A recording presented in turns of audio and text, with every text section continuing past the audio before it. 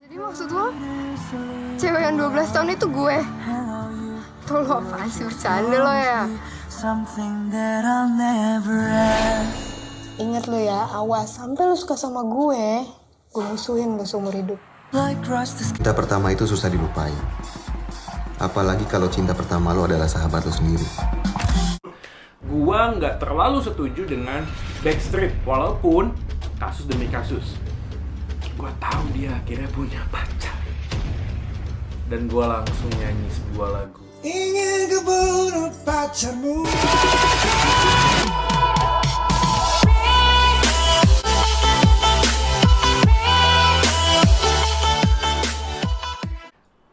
Halo, ketemu lagi dengan saya di YouTube channel Joy Manik. Masih dalam channel Beritakan Kebenaran. Kita punya semangat True faith always seeking understanding. Iman yang sejati selalu akan mencari pengertian. Nah, kali ini guys, kita akan bahas tentang masalah muda-mudi berkaitan dengan relasi antar sahabat dan pacar. Sebenarnya pertanyaan yang dari dulu sering kali muncul adalah, sebenarnya boleh nggak sih kita ini nembak sahabat kita? Atau mungkin sebaliknya, pacar atau istri atau suami kita kelak itu lahir justru dari sahabat kita sendiri.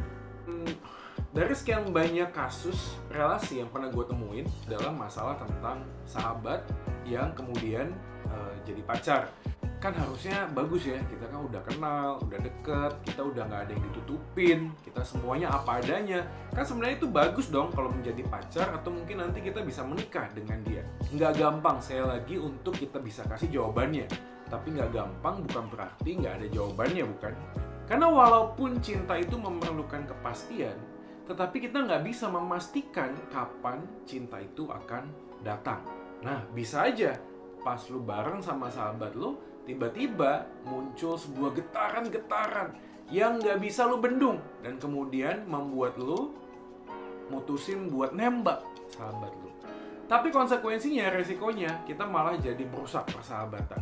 Tapi problemnya adalah seringkali kita hanya membawa suasana perasaan hati kita, atau mungkin kita seringkali mendengar seperti kisah-kisah yang ada di film-film. Kita sering mendengar kisah-kisah yang ada di sinetron atau TV-TV yang kemudian membuat sebuah mimpi tentang cinta itu seakan harus terjadi.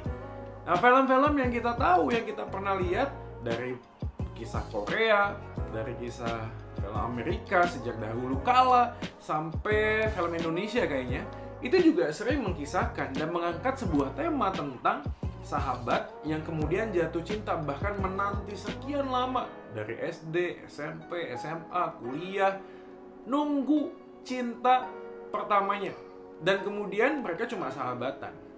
Nah, dalam vlog ini kita bukan cuma sekedar bahas tentang bagian ini, tapi gue juga akan bagiin bahwa apa yang kita bicarakan hari ini bukan cuma isapan jempol. Ini bukan cuma kasus yang kita lihat di film, tapi ada sebuah kisah nyata kan, realita kehidupan kita. Nah, buat siapa aja lo yang dengerin vlog ini, bisa kasih kisah lo atau kasih komen tentang pengalaman lo mungkin punya sahabat yang kemudian lo cintai. Ya, gue juga punya sebuah kisah, ini bukan cuma sekedar teori, tapi juga gue pernah ngalamin. Nah, anyway, waktu itu gue pernah punya sahabat, temen, grup komunitas. Nah, dulu tahun 90-an, biasanya ada 17 Sweet 17 ya, acara Sweet 17. Lalu teman-teman yang ulang tahun tuh ngundang-undang kita yang punya grup band atau rap untuk ngisi acara itu. Nah, kita itu punya satu grup gitu. Lalu di sana ada satu orang cewek. Nah, cewek ini adalah sahabat gua. Nah, bukan cuma ada di komunitas itu, cewek ini juga duduk sebangku dong sama gua. Jadi setiap hari kita tuh selalu ketemu. Dan yang menariknya adalah dia di sekolah itu perhatian banget. Bahkan bukan cuma perhatian, tapi juga suka negor, suka ngasih sesuatu, suka nanya. Bahkan sama keluarga gua, doi juga kenal dong pastinya. Nah, pada waktu kita kumpul bareng, entah kenapa suatu kali teman-teman gua itu kayak jodoh-jodohin gua. Ya, lu ngerti dong. Tanya, kayaknya lu cocok deh, ada, lu kayak cocok deh sama ini, dan segala macam. Dan entah kenapa, karena perkataan teman-teman gue itu, gue jadi kepikiran dong, apa bener ya dia juga suka sama gue. Akhirnya gue terbayang-bayang di dalam tidur, makan. Dan yang menariknya adalah waktu itu gue inget banget, di sekolah tuh ada kayak bagian buku kenangan. Ini buku kenangan adalah kayak Facebooknya zaman sekarang, cuma manual punya konvensional. Yaitu buku dari satu orang tuh tuker-tukeran. Punya misalnya gue minta temen gue ngisiin namanya, alamatnya, terus kata-kata semangat, sebagainya deh, pokoknya diisi-isi yang seperti itu, nanti tukeran kayak gitu. Nah, gue waktu itu ngisi punya dia nih, punya doi ini.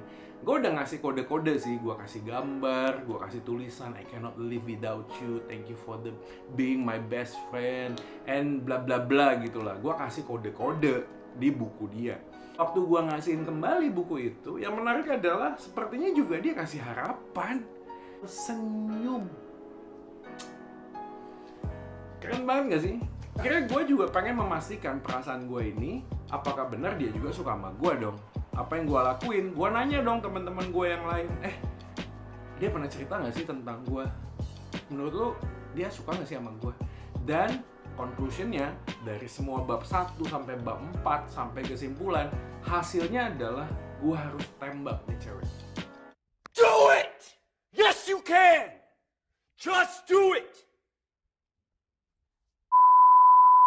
Sampai suatu kali, gue putusin, gue siapin hati, gue minta untuk datang ke rumahnya. Dan dia bilang, silahkan datang.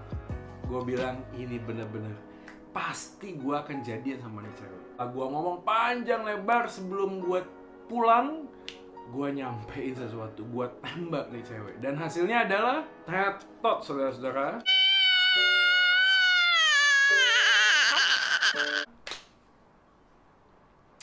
Itu it hurts man, itu terluka banget.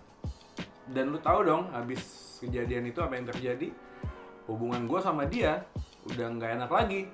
Gue malahan minta pindah tempat duduk.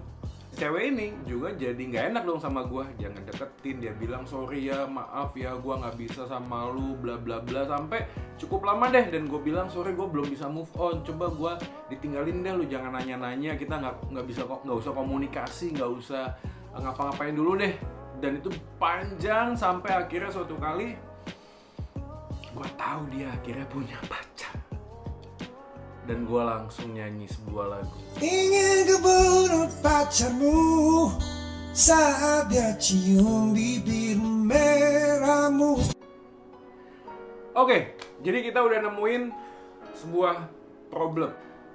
Kalau kita punya sahabat yang deket banget, entah itu di kampus, entah itu di klub, entah itu di komunitas, dan sebagainya, peluangnya menjadi, ini bisa nggak sih ya? Ini teman-teman ini adalah orang yang memang Tuhan tempatkan di sekeliling kita untuk menjadi pangeran atau permaisuri dalam hatiku. Wow. Angkat beberapa hal yang berkaitan dengan kebenaran akan cinta. Nah, yang pertama adalah cinta itu bukan cuma rasa tapi juga fakta. Gue selalu mengulang bagian ini supaya kita itu memahami bahwa cinta itu bukan sekedar sebuah perasaan. Kok bisa gitu? Emang perasaan nggak penting? Damn! Penting dong. Tapi kalau perasaan yang mendrive dan menguasai setiap tindakan kita, maka hidup kita pasti up and down, nggak jelas. Kenapa? Karena kita sebagai manusia, perasaannya pasti akan selalu naik turun dong. Kita nggak mungkin punya sebuah perasaan yang selalu seneng, selalu sedih. Nggak mungkin, kita pasti naik dan turun. Kadang-kadang kita bisa cinta banget, kadang kita bisa mikirin dia, tapi satu kali kita juga bisa, aduh males deh ya, saya ditanyain terus, kayak terikat lain sebagainya. Oke, jadi cinta itu bukan cuma sekedar perasaan. Karena cinta juga membutuhkan sebuah logika fakta yang jelas. Yang kedua, cinta itu memerlukan sebuah tujuan, dan tujuan hanya bisa dicapai dengan sebuah komitmen.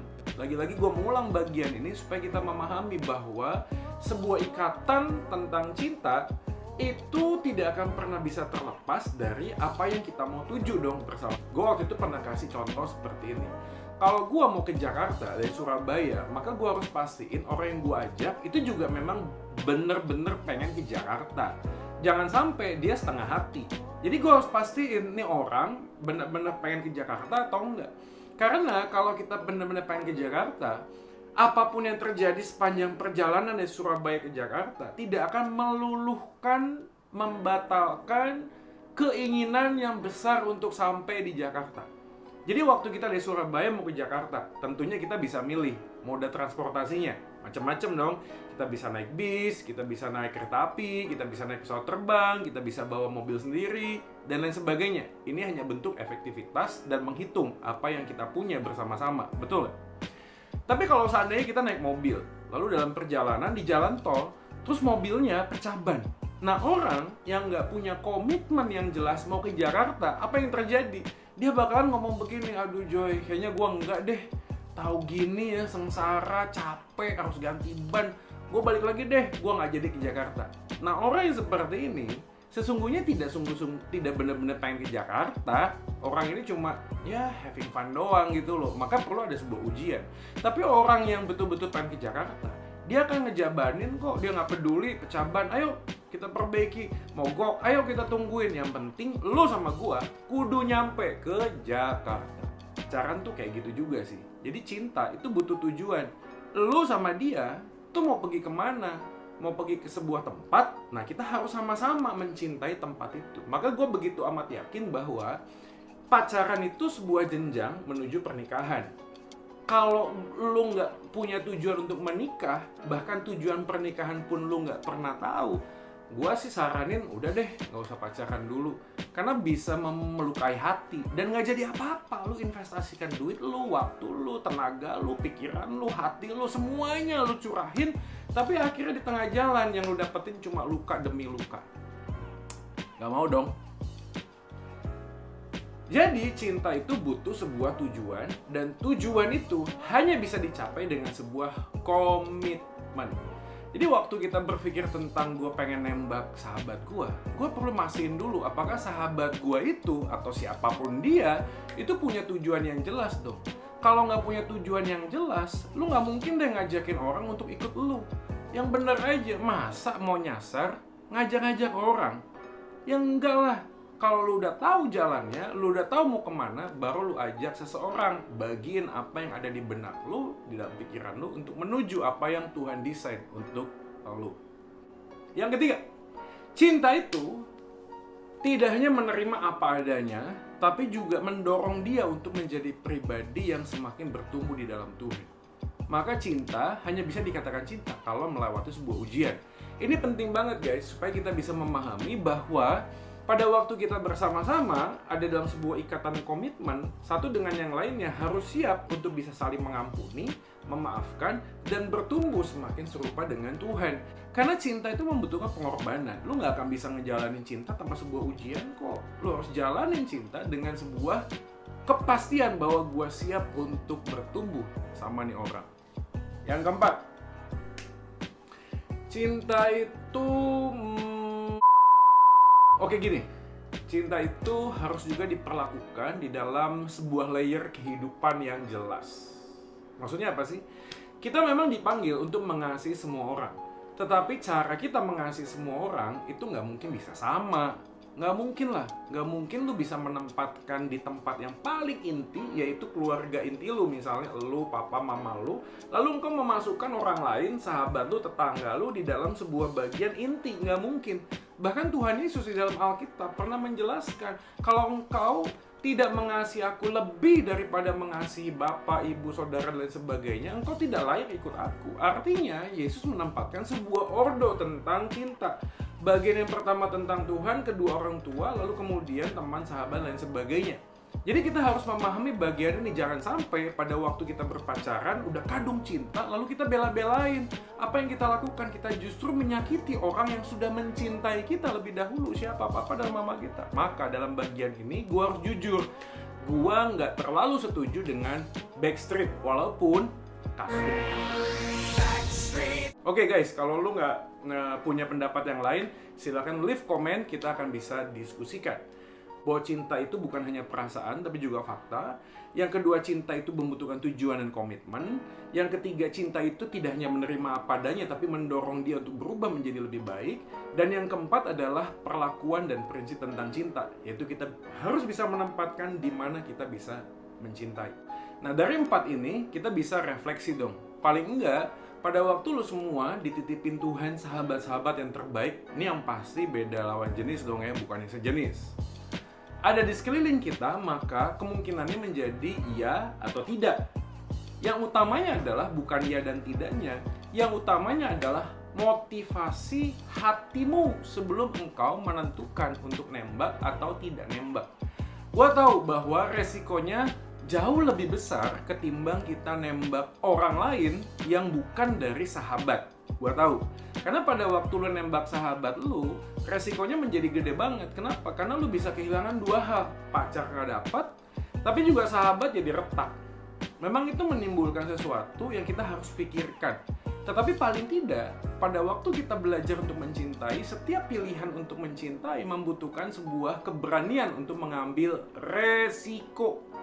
Kalau nggak berani mengambil resiko, itu namanya bukan cinta. Cinta itu membutuhkan sebuah langkah yang hanya bisa diberikan kepada mereka yang pemberani. Jadi cinta hanya bagi mereka yang siap untuk menerima apapun hasilnya. Jangan datang lagi cinta, bagaimana aku bisa lupa. Apapun yang terjadi, kita tahu bahwa Tuhan pasti kasih yang terbaik buat kita. Jodoh di tangan Tuhan, tapi lu harus ngambil dari tangan Tuhan. Yes. Keduanya adalah bagian yang nggak bisa dipisahkan.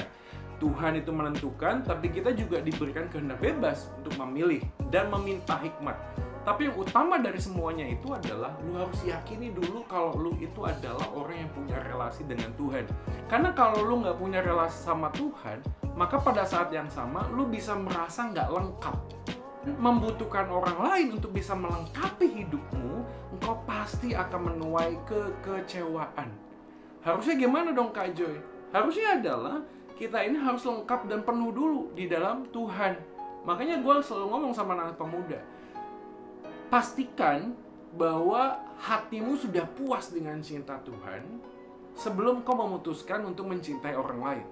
Karena kalau tidak demikian, maka lu pasti akan menuntut orang lain untuk memenuhi apa yang lu butuhkan, yaitu tentang cinta. Dan gue pasti amat yakin orang yang tidak sempurna tidak akan pernah mungkin bisa mengisi kekosongan hatimu yang juga tidak sempurna. Kita hanya bisa mencintai dengan kesempurnaan Kristus, sehingga semakin hari kita semakin disempurnakan bersama-sama. Makanya guys, janganlah menjadi orang yang sempurna untuk pasanganmu, tapi jadilah orang yang siap untuk disempurnakan bersama dengan pasanganmu di dalam perjalanan saling mencintai. Kalau kita nggak cari pasangan yang cinta Tuhan lebih daripada cinta kita, gue yakin dia akan jadikan diri lu sebagai Tuhan yang menggantikan Tuhan yang sesungguhnya. Gue ulangi, kalau lu nggak mencari pasangan yang mencintai Tuhan lebih daripada mencintai dirimu, maka dirimu akan dijadikan Tuhan oleh pasanganmu. Karena dia merasa bahwa dia tidak bisa hidup tanpamu. Enggak, kita ini nggak bisa hidup tanpa Yesus. Karena Yesus yang adalah Tuhan sudah menebus dosa kita, bangkit dan naik ke surga. Injil inilah yang harus kita hidupi bersama-sama. Dan gue amat yakin kalau ada orang, siapapun dia, sahabat atau teman yang akan lu tembak, orang ini sudah hidup di dalam Injil Yesus Kristus, apapun keputusannya tidak akan membuat kalian berdua saling bersitegang lama-lama. Nggak mungkin. Dicari satu dengan yang lain bukan egoisme dan kepentingan dirinya sendiri, tapi yang dicari adalah kepentingan dan hal kerajaan surga. Carilah dahulu kerajaan Allah dan kebenarannya, maka semuanya ini akan ditambahkan kepadamu.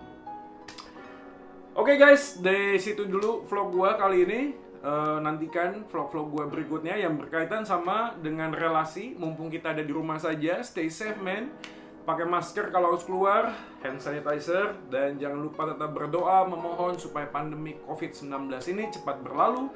Nah, kita semuanya bisa menjalani kehidupan dengan baik, dan selama di rumah saja mari kita renungkan panggilan kita masing-masing. Apakah sesungguhnya kita ini punya panggilan yang jelas, punya komitmen yang jelas, punya identitas yang jelas di dalam Yesus.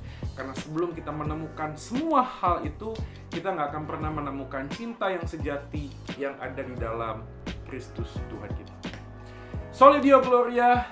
Jangan lupa share, klik, comment, and subscribe channel ini supaya kita bisa ngedengerin video-video berikutnya. Salam cinta dari gua. Goodbye.